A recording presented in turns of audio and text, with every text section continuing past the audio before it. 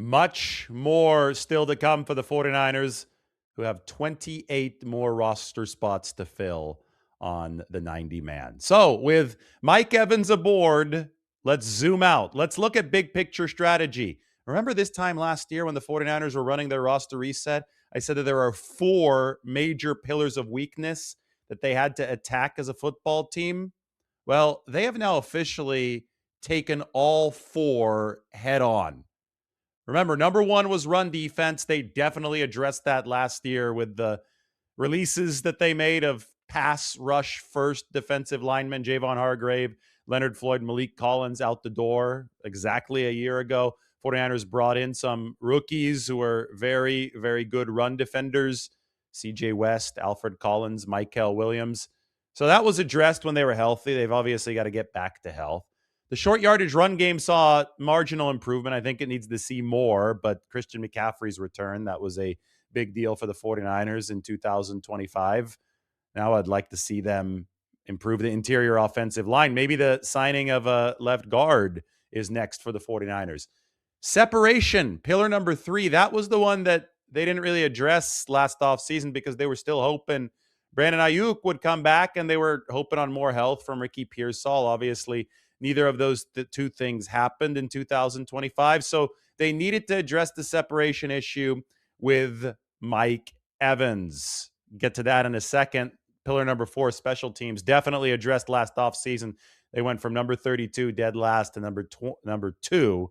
One of the big, probably the big thing that spearheaded that improvement was the addition of the kicker, Eddie Pinheiro, replacing Jake Moody. But talking about the separation issue, because that, to me, is the headliner, especially right now with Mike Evans aboard.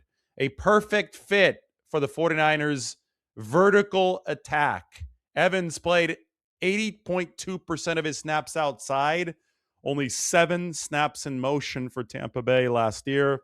He is a clear X receiver for the 49ers. By X receiver, I mean split end, playing on the line of scrimmage, not going to be moving in motion, not going to be step back off the line of scrimmage. He's going to have to beat press coverage, and he's going to have to beat it quickly. He's going to have to draw the safety toward him. It's going to open things up for this 49ers offense. 49ers average wide receiver depth of target is 11.75 yards.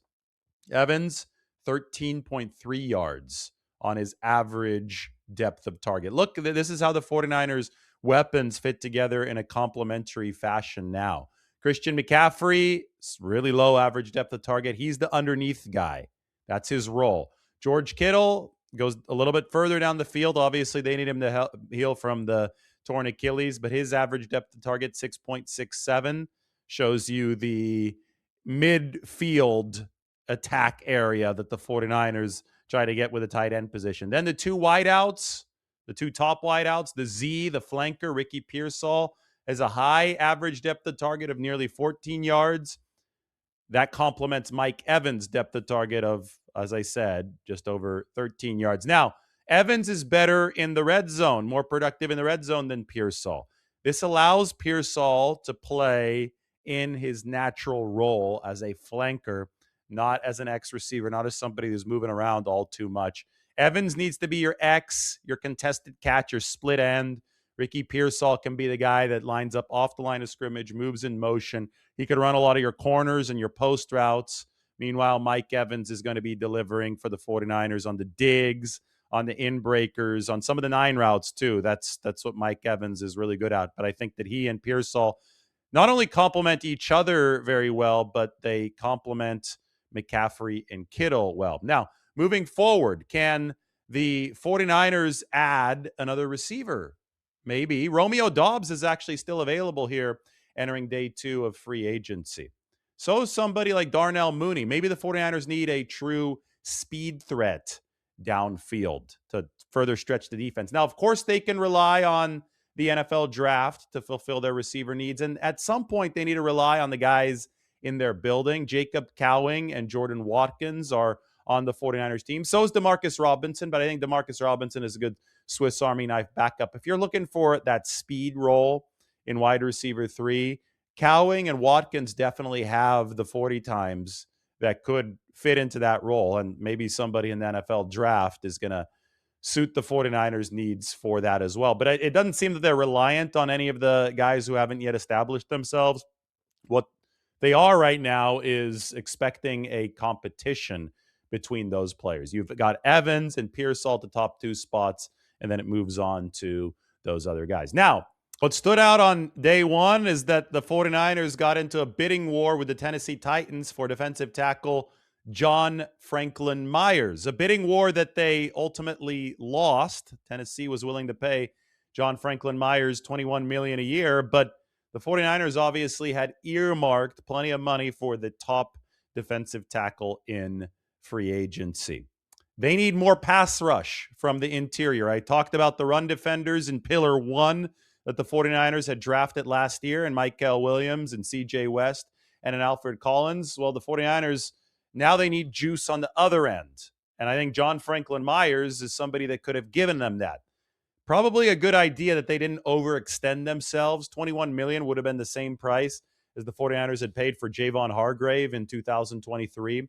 And we know that that didn't quite work out. But the big question now is, where does the money that had been earmarked for that defensive tackle position go?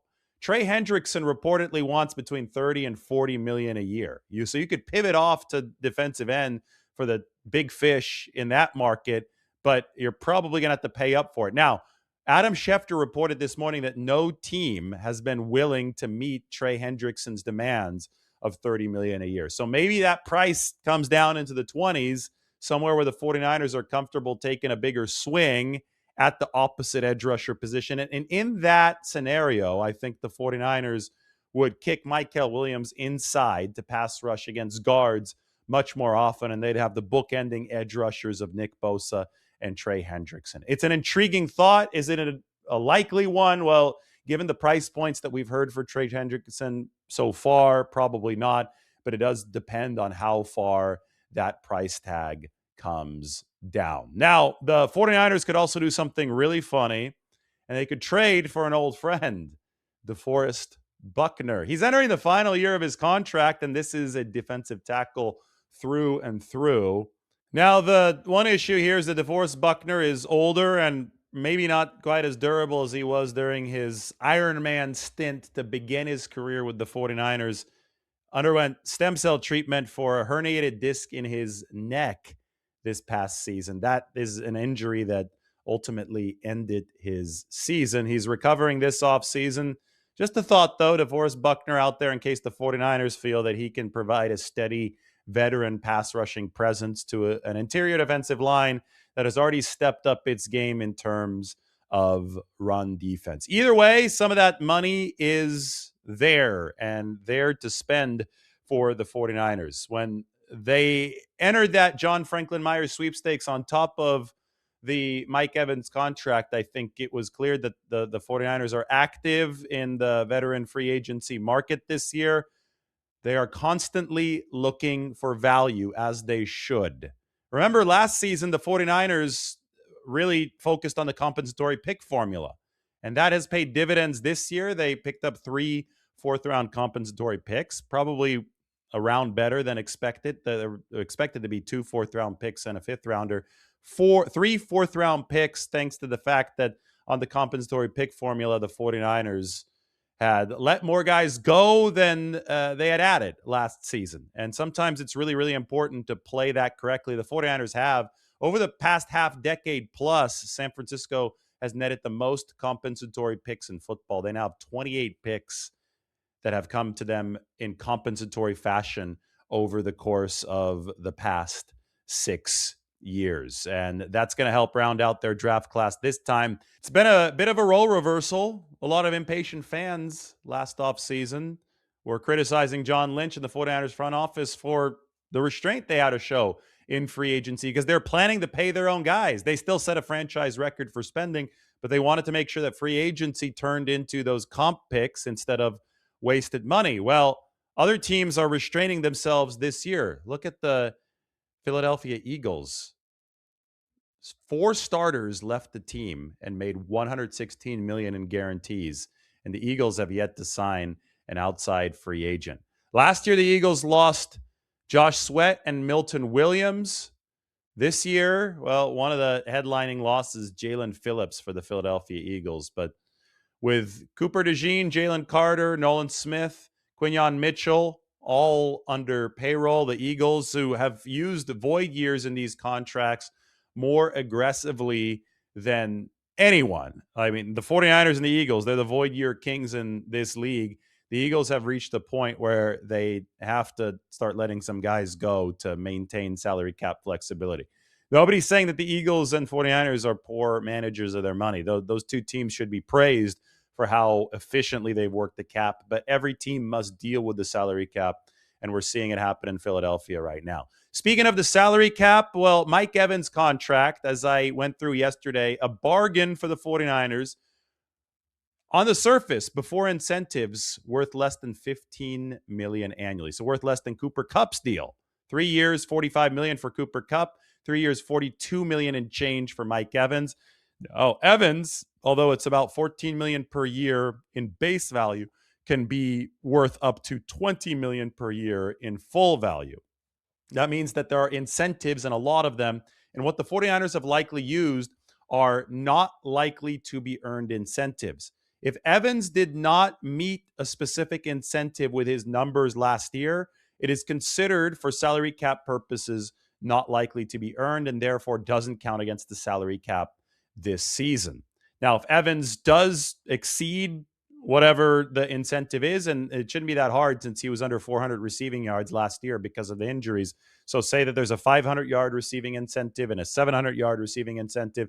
If he triggers those incentives, they will count against the 49ers salary cap, but not until later, not in this 2026 season. It would be a 2027 salary cap charge. So the 49ers have taken the fact that Mike Evans was injured throughout most of last season and used it to their advantage with not likely to be earned incentives worth up to $6 million per year to allow for an expandability up to $20 million per year of Mike Evans' earnings. But he's only guaranteed $16.2 million, so it is only a one-year commitment for the 49ers. They are protected in case he gets hurt again, in that they don't have to pay a full $20 million a year.